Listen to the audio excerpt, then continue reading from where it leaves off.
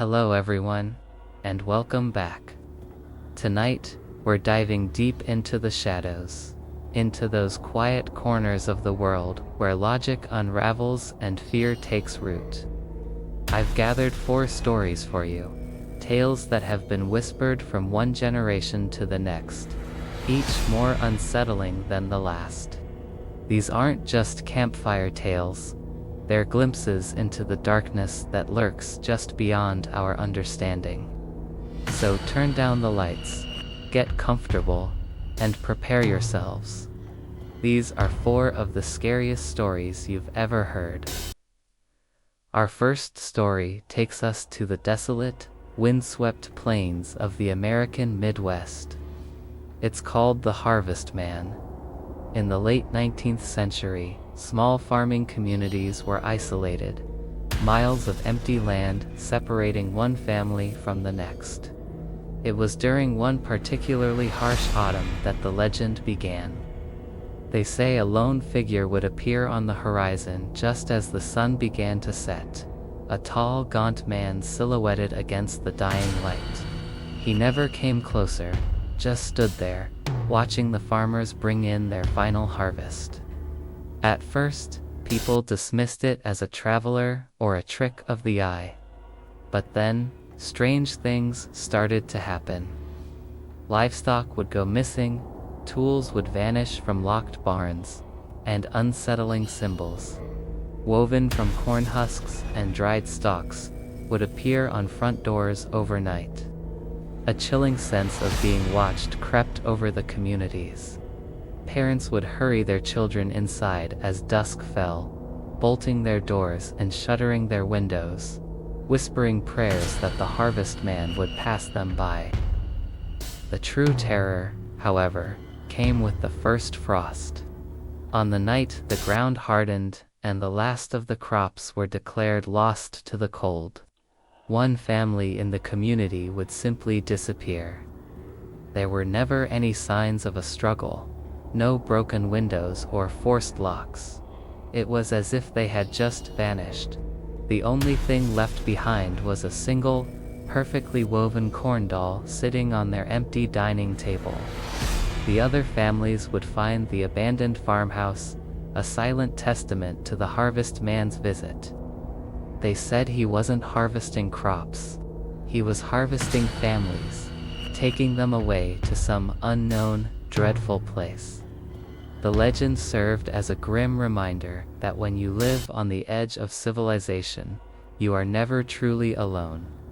The fields have eyes, and sometimes they belong to the harvest man. Next, we journey to the foggy, winding streets of Old London.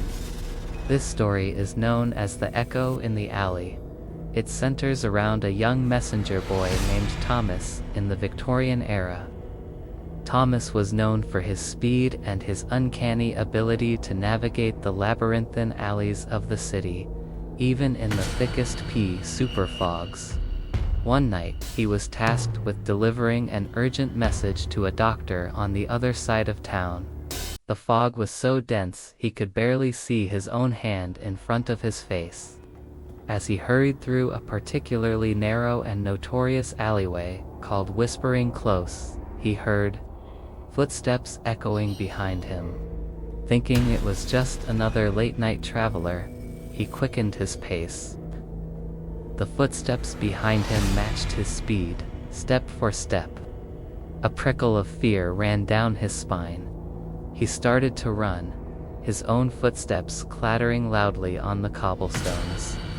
The footsteps behind him became a frantic, pounding echo of his own, always just a few paces back but never getting closer.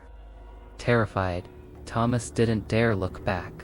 He burst out of the alley and onto a more well-lit street, the sound of the echoing footsteps ceasing the moment he stepped into the gaslight.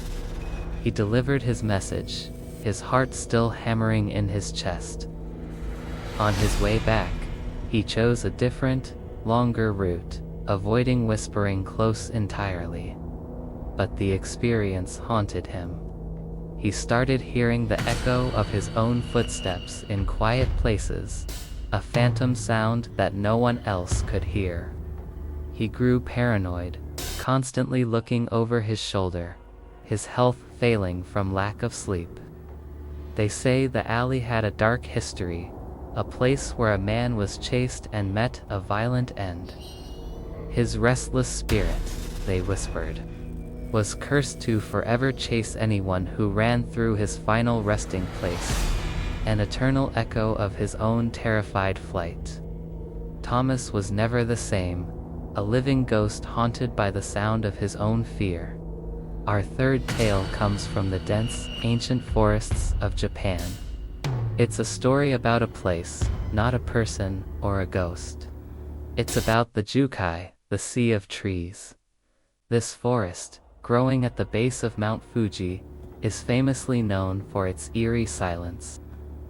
The dense canopy of trees blocks the wind, and the volcanic soil absorbs sound, creating an atmosphere that feels heavy and unnatural.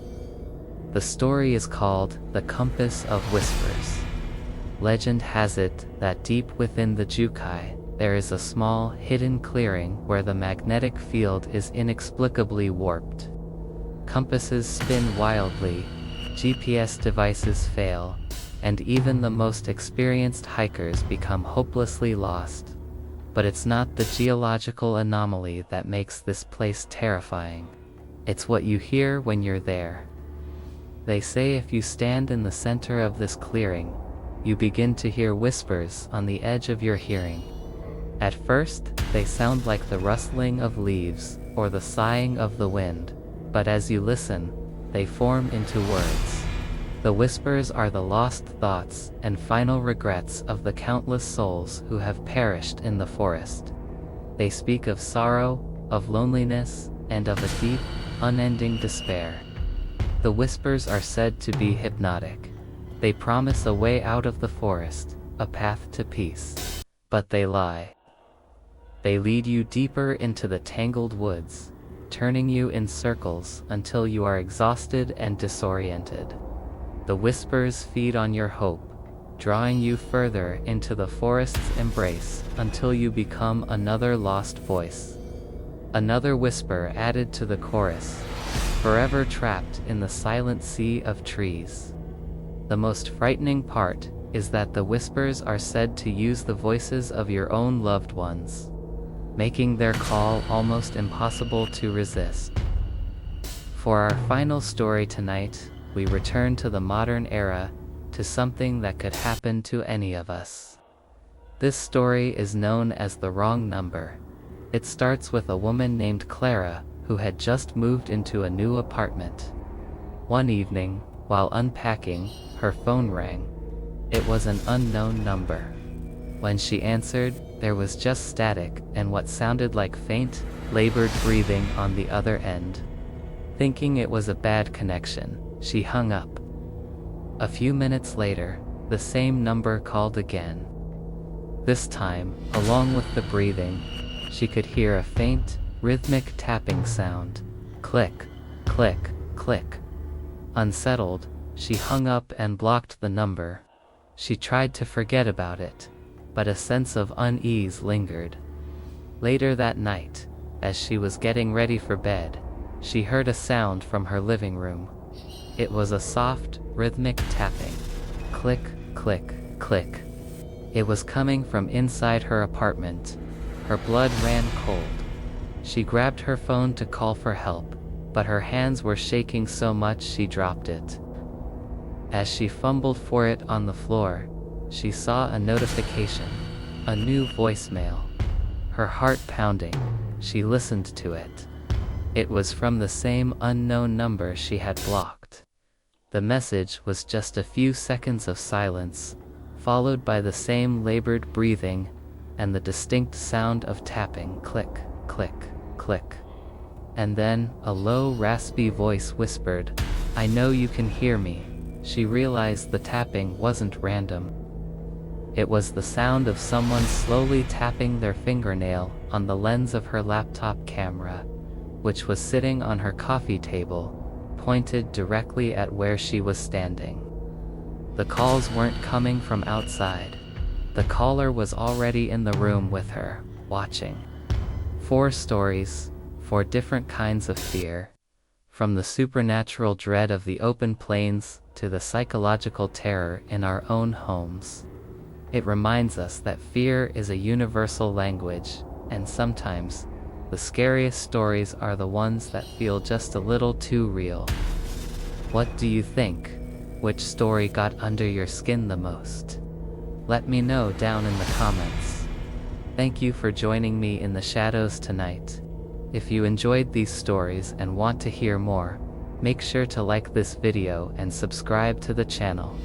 Stay safe, and until next time, try not to think about what might be lurking just out of sight. Good night.